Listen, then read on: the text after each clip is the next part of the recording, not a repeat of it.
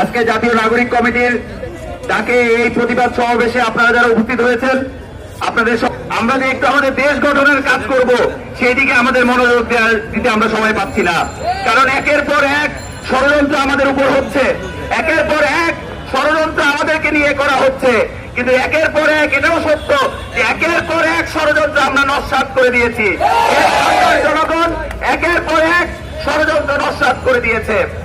বন্ধুরা, ভারতের সেই মোদীর সরকার, তাদের উদ্দেশ্যে একটা কথা শুধু বলতে চাই, আপনি নিজে একজন সাম্প্রদায়িক সরকার, সেই সাম্প্রদায়িক সরকারের কাছ থেকে বাংলাদেশের মানুষের অসাম্প্রদায়িকতা শিখতে হবে না।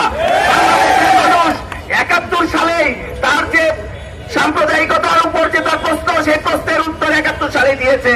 যদি শিখতে হয় আমাদের কাছ থেকে শিখে নিয়ে যান যে অসাম্প্রদায়িকতা কাকে বলে। আপনার সরকারের কাছ থেকে আমাদের অসাম্প্রদায়িকতা শিখতে হবে না। আর